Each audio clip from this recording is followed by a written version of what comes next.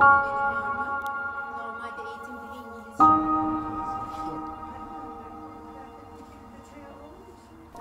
Halo, nama saya Naura Arifa. Saya berasal dari Padang Panjang, Indonesia. Di sini saya berkuliah di Ankara University, jurusan Statistika. Saat ini saya berusia 19 tahun karena saya sangat ingin untuk berkuliah ke luar negeri, mendapatkan pengalaman baru, bertemu dengan orang-orang dari negara lain, bahkan dan saat ini saya di kelas 2 atau di semester 4. Tapi satu hal yang menarik bagi saya adalah ketika saya sampai di Turki, saya sangat suka karakter orang Turki yang punya jiwa suka menolong. Saat saya ingin pulang ke rumah, waktu itu saya bertemu dengan seorang nenek tua. Saat itu saya memberikan sapaan kepada dia. Lalu pada saat itu saya mengatakan Gunaiden kepadanya dan dia pun menjawab dengan Gunaiden, dan juga saat itu dia menanyakan kepada saya, apakah kamu seorang mahasiswa dan dari mana negara asalmu? Saya bilang bahwa saya dari Indonesia dan iya, saya mahasiswa di sini. Saat itu ia langsung mengeluarkan roti yang ia bawa dari kantong plastiknya. Dan juga saat itu saya sangat segan dan saya sangat ingin menolak tawaran beliau, tapi karena beliau terus mencoba untuk memberikan kepada saya roti tersebut sampai pada akhirnya saya menerimanya. Juga ada teman saya yang saat itu dia sedang melaksanakan sholat zuhur di masjid. Lalu ketika ia keluar dari masjid, dia mendapati uang di dalam sepatunya. Saat itu saya mengira bahwa seorang pemberi uang tersebut ingin teman saya untuk membeli sepatu baru, mungkin karena sepatu tersebut sudah tidak layak digunakan atau mungkin terlihat sudah rusak, sehingga diberikan uang di dalam sepatu tersebut tanpa si yang menerima uang tersebut tahu siapa pemberinya. Itu salah satu hal yang sangat saya suka dari orang Turki. Mereka sangat suka menolong.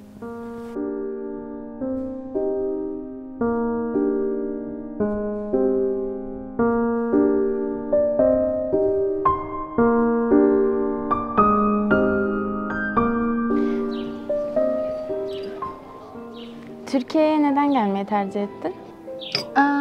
Çünkü burada çok iyi insanlar ve burada okumak için çok iyi.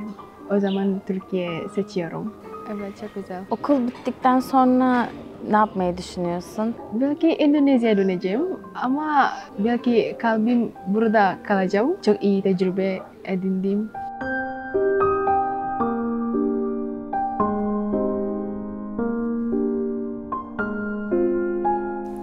Bagi saya, kuliah di negara Turki dengan menggunakan bahasa Turki sangat susah. Lebih mempunyai usaha ekstra untuk belajar. Mungkin di saat orang-orang di kelas saya hanya belajar 2 jam setiap harinya, bahkan saya harus meluangkan waktu lebih daripada itu untuk berusaha lebih untuk belajar. Dan juga ayah saya selalu berkata kepada saya, jika kalian ingin menjadi sukses dan ingin mencapai puncak, maka jalan pendakian itu memang susah. Tapi jika kalian ingin di jalan yang datar, memang itu sangat santai. Atau apalagi jika di jalan yang menurun, tapi kalian tidak akan pernah sampai mencapai puncak. Untuk itu, saya sangat menikmati proses saya dalam belajar bahasa Turki, meskipun itu susah.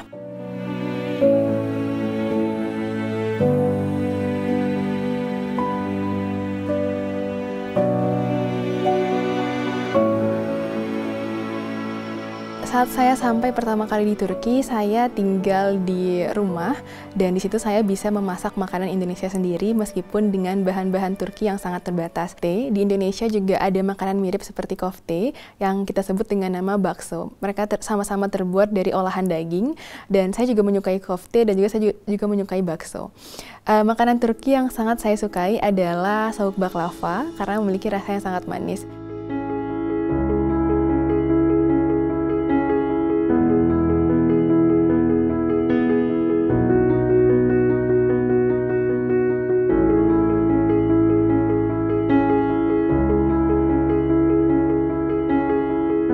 Türk yemeklerini çok seviyorum. En sevdiğim yemeklerinden biri de kofte. Şimdi onu yemeye gideceğim.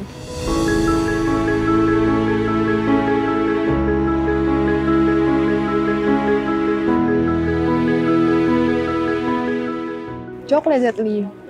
Çok seviyorum. Çok baharatlı Indonesia yemeklerine benziyor. Saya menjadi ketua PPI Ankara yang mewadahi 5 kota di wilayah sekitar Ankara. Tujuan kita adalah sebuah perhimpunan agar orang-orang Indonesia, meskipun kita jauh dari negara tanah air kita, mereka tetap bisa merasakan kehangatan seperti berada di Indonesia dengan adanya perkumpulan ini. Tujuan kita bukan hanya untuk berkumpul, tapi kita juga ingin mentransfer ilmu apa saja yang kita dapatkan dari negara Turki ini untuk Indonesia nantinya ketika kita pulang ke Indonesia. Bahkan kita juga sangat banyak memiliki kegiatan, baik dari segi pendidikan, kita juga membuka kelas-kelas untuk teman-teman kita dari Indonesia untuk belajar bahasa Turki yang diajarkan dalam bahasa Indonesia. Kita juga memiliki perkumpulan-perkumpulan diskusi untuk melakukan diskusi tentang buku atau mungkin hal-hal apa saja yang kita dapatkan selama kita berkuliah di Turki, yang mana itu diskusi rutin yang diadakan sekitar setiap bulannya. Terkena musibah, maka kita akan mengumpulkan donasi untuk membantu mereka. Begitu.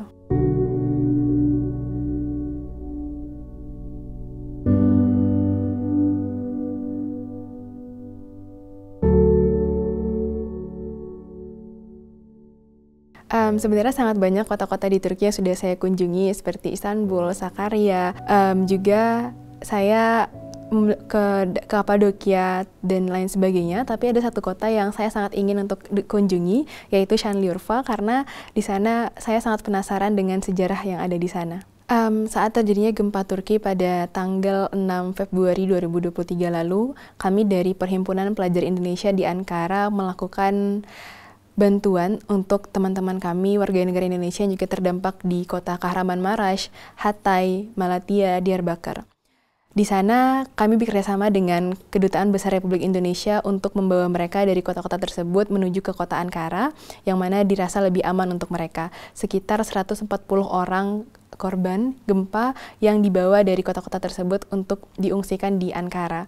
Saat itu kita hanya memiliki shelter yang tidak terlalu luas, tapi alhamdulillah cukup untuk menampung orang-orang yang terkena gempa pada saat itu. Perhimpunan Pelajar Indonesia di Ankara bersama juga dengan Kedutaan Besar Republik Indonesia di Ankara bekerja sama juga untuk membantu orang-orang Turki yang terkena dampak di kota-kota tersebut. Mengunjungi Hatay untuk melakukan trauma healing bersama juga dengan Kedutaan Besar Republik Indonesia. Posisinya waktu itu sedang bulan puasa, jadi pada saat itu kita pun juga melaksanakan buka puasa bersama. Bahkan di sana pun di tenda yang disediakan di Hatay pun juga ada makanan Turki yang disediakan yang dibawa oleh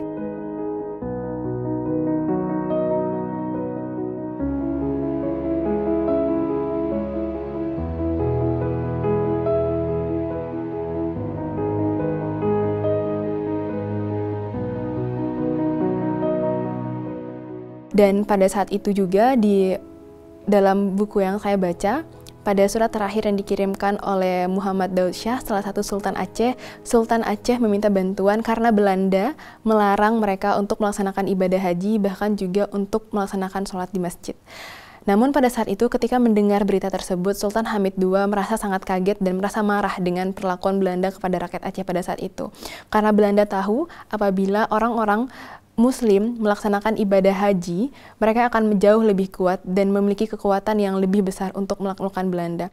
Untuk itulah karena Belanda tahu dan mereka melarang orang-orang Aceh untuk melaksanakan haji. Ketika Sultan Hamid II mengetahui hal tersebut, dia merasa sangat marah kepada Belanda dan menekan Belanda dengan cara melakukan hubungan diplomasi kepada Belanda pada saat itu. Dan juga bahkan di akhir cerita tersebut, Sultan Hamid II mengatakan bahwa saya adalah khalifah dan kewajiban saya adalah untuk melayani umat Islam, termasuk Aceh. Meskipun Aceh jauh berada dari ibu kota, jauh berada dari Turki, tapi Aceh harus tetap diperhatikan karena itu adalah, dan pada saat itu juga, bahkan banyak sekali pada tahun 1903, juga banyak imigran-imigran Turki yang datang ke Indonesia untuk tinggal di sana, untuk melakukan, bahkan mereka pun juga pada akhirnya melakukan pertukaran budaya secara tidak langsung, dan bahkan di Aceh sendiri pun juga ada sebuah desa yang bernama Desa Turki. Dan itulah yang menunjukkan bahwa Aceh dan Turki pun memiliki kekuatan hubungan yang sangat baik. Bahkan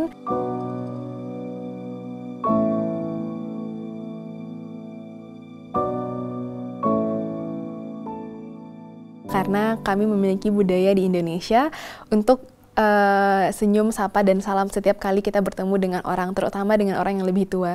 Sehingga itu membuat kami memiliki vibes yang positif untuk disebarkan kepada lingkungan. Dan itu adalah suatu ajaran yang ditanamkan kepada kami semenjak kami kecil. Sebenarnya ketika orang-orang Turki datang ke Indonesia, setiap tempat di Indonesia memiliki keindahannya tersendiri.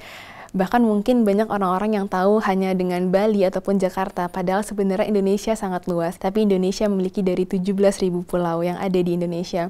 Bahkan saya sangat senang jika ada orang-orang Turki yang datang ke Indonesia dan mengunjungi kota saya, yaitu kota Padang Panjang, ataupun daerah Sumatera Barat.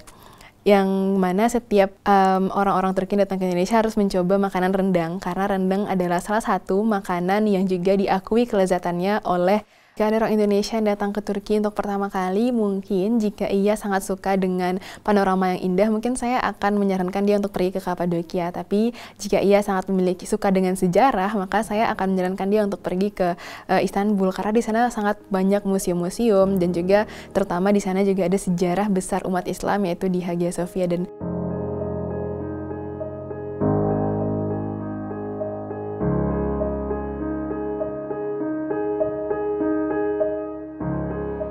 Muslim-Muslim yang ada di seluruh dunia, saya percaya bahwa meskipun kita tidak mengenal satu sama lain secara lebih dekat, tapi kita memiliki kedekatan hati dan juga kedekatan karena kita adalah satu agama, yaitu agama Islam.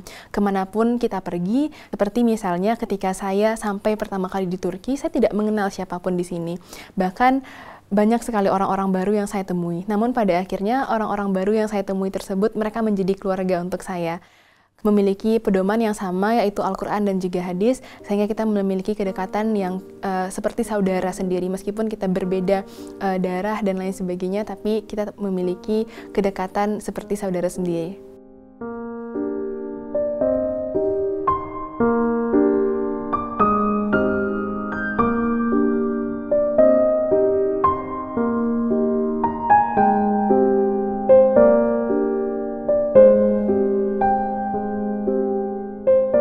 Tapi saya percaya bahwa orang sukses, orang hebat harus melewati semua tantangan yang ia hadapi, bahwa hidup yang tidak pernah diperjuangkan maka tidak akan pernah dimenangkan. Untuk itu, meskipun saya tahu ini adalah susah, tapi saya sangat bersyukur bisa mengalami masa-masa susah ini, karena saya percaya Allah tidak memberikan suatu ujian kepada hambanya di luar kemampuan batas orang hamba tersebut. Sehingga apapun yang saya miliki saat ini, siapapun orang yang saya temui, apapun pelajaran yang saya dapatkan, setelah saya menyelesaikan pendidikan saya di negara Turki, saya berencana untuk kembali ke Indonesia untuk melanjutkan kehidupan saya di Indonesia.